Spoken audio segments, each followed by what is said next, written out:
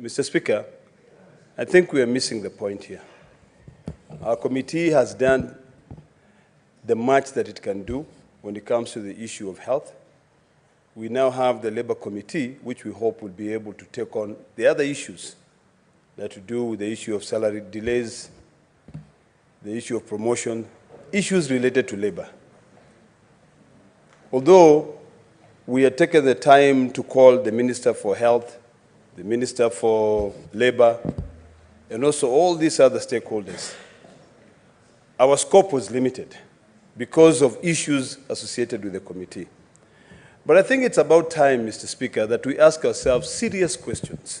And these are serious questions that are supported by the Constitution.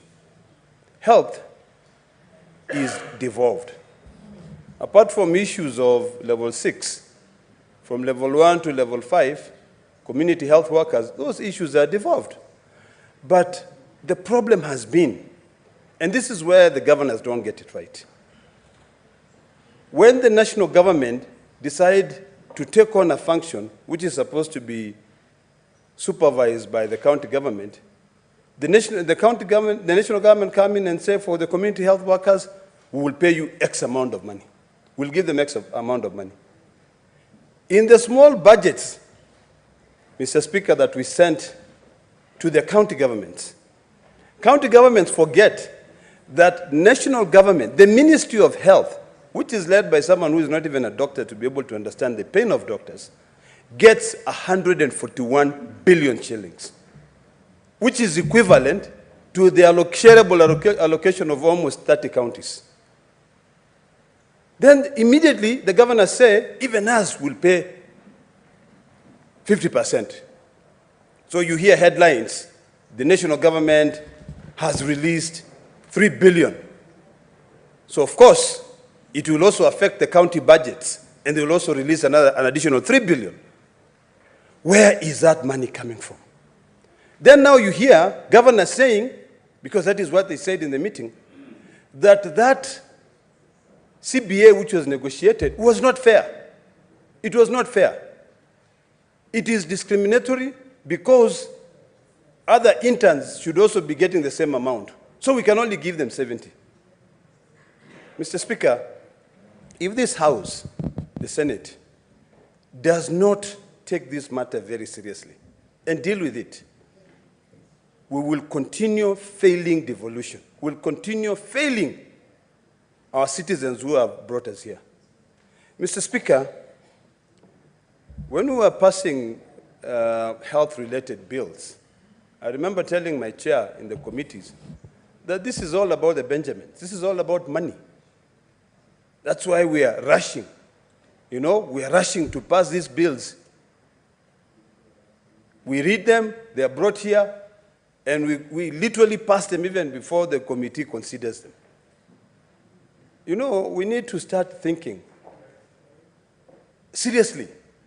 And I want to echo the words of my brother, Senator Sifuna, when he says that governments come and go, you know, but institutions should remain forever. This institution as the Senate has got to remain, and it has got to take a futuristic position in terms of defending the rights of our people. If we cannot defend the rights of our people to be able to really fight for devolution, then what are we going to be doing here? I think, Mr. Speaker, it's about time that we now ask ourselves, what does devolution mean in Kenya? Because in other countries, when it is devolution, it is fully devolved. It is devolution. We keep on saying forms follows functions, but yet it doesn't. So I think now, I keep on saying, and I want to repeat this thing, that what the doctors are asking for is very basic. It's what has been agreed upon. The doctors are simply saying, give us our 15,000 shillings, which was you were supposed to give us. That is issue number one. The doctors are saying, pay the interns 206,000 Kenya shillings. That is issue number two. The doctors are saying, the Honorable Senator, Majority Whip, you're a doctor. When you fall sick, I'm the one taking care of you. I don't even have medical cover. Please provide me medical cover so that I can easily take care of you. Very basic things. The doctors are saying, Mr. Speaker, that the national government, the Ministry of Health, must respect court orders. But when we have meetings, they say we have agreed on 15 or 13 matters, we have not agreed on 2 matters. The 2 matters that you've not agreed are the ones that you are mandated by the court for you to be able to agree. So, Mr. Speaker, I'm going to ask simple questions, and these are questions that we must all ponder. Do we feel great when our people are dying in hospitals? Mr. Speaker, I can say 80% of all the hospitals in this country are closed now. People go and they lose their patients. Small things which could be resolved just because of this argument saying that an intern is not a doctor. The training that an intern gets is different. A doctor gets is different from any other interns. Completely. So, Mr. Speaker, if we don't know, let's say we don't know and agree to be told. And this is the biggest problem of having someone leading that docket. And she has got no clue about what doctors go through. Incompetence of the highest order, Mr. Speaker. Mr. Speaker, this is a matter which should pain all of us. We are here to defend the interest of our people. We shouldn't defend any individual interest. We defend the interest of the collective, all the Kenyans, because the truth of the matter, Mr. Speaker, is that right now, the people who are in the Ministry of Health have become overnight billionaires. Why? Because there's a lot of money in the Ministry of Health. When you are controlling a budget of 141 billion shillings, you're equivalent to about 30 governors. So you'll stand there and you say, no, you can easily say whatever you want to say. Because you don't give a hoot in hell about the life of Kenyans. So, Mr. Speaker, I would request you. Honorable Alekena, if you are dissatisfied with the conduct of the CS in charge of health, you know exactly what to do. You bring a motion and you prosecute it. Proceed. Mr. Speaker, I'm guided. And it is not that we haven't pondered on that. No, we keep on saying, let them deal with the first one they're dealing with the fake fertilizers. Then now we'll come back and deal with the other ones to save humans' life. Seriously, Mr. Speaker. When you sit there, Mr. Speaker, the people of Kilifi are also saying, and the people of Kenya are saying, now we elevated our speaker from a person from Kilifi to the country. Can we one day, Mr. Speaker, suspend the sitting of this House and we all march to the Ministry of Health? Or can we use the power that we have? Because, senators, you have a lot of powers. Let me tell you. The power on the division of revenue, if you just say no, people will listen. But sometimes you forget the powers that you have. I don't know whether you go and drink tea in other houses which their budget is increasing to 2 billion. Mr. Speaker, sometimes we see things, and it's good for us to say them here. Because this is where the truth has got no shades of gray. When you look at budgets, even budgets when they are being allocated out there, you find one member of parliament who is the chair of budget committee has now decided that he will take 1.5 billion for roads of his own constituency when other counties have got no money whatsoever. So you're saying that we have got no money, we've got no money. Then where is equity?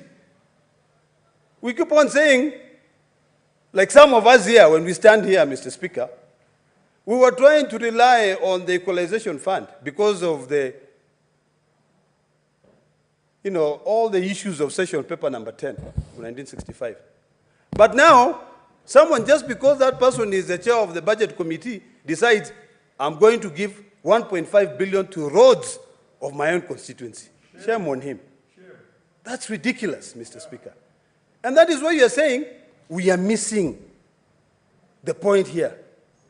We need now to realign our own existing resources. Instead of us rushing to World Bank to collect, yesterday I saw governors and the president going in to collect 344 million from the World Bank. And all you're doing is that you're causing problems for the future generations. Why can't we learn to then realign our existing resources? If it is true we do not have money to pay doctors, then we should not have 1.5 billion to put roads, to maintain roads. And if you follow closely, Mr. Speaker, and I don't intend to put any improper motive on our colleagues, you'll find that even contracts. Thank you, Mr. Speaker. Senator Hillary Wakili.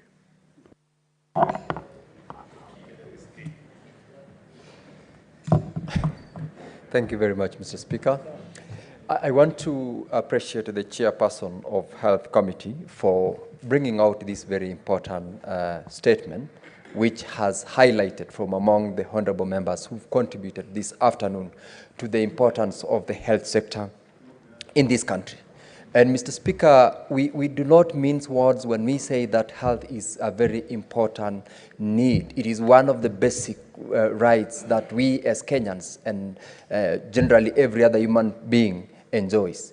And therefore, when the Committee on Health reaches out to attempt a resolution to the strike that, Mr. Speaker, for the first time has gone for a very long time. I note that the previous strike, Mr. Speaker, took longer than this, and this one, even if it were to have taken a day or two, Mr. Speaker, it is a risk thing to let go of the people who are the ones who would take care of our sickly brothers and sisters from wherever they come from, to be out, not to be working, because one life lost, Mr. Speaker, is as painful as that which has been lost otherwise than by the failure of the doctors to be present to support them. And so the committee that has gone out of its way to attempt to bring forth a solution and also to bring the doctors back in itself is commended. And I want to commend them for that good job. Honorable members, Mr. Speaker, have talked here about the challenges that we have. We all have, among those of us who have taken time to read and understand the challenges within the medical field, from the doctors, from the government side, from the unions. And Mr. Speaker, two things have come out clear. And one of which, Mr. Speaker, is the fact that we didn't have to wait until it gets to where it is for it to become a crisis, for all the players and parties to get involved and participate in whether it's about negotiations, whether we're bringing on board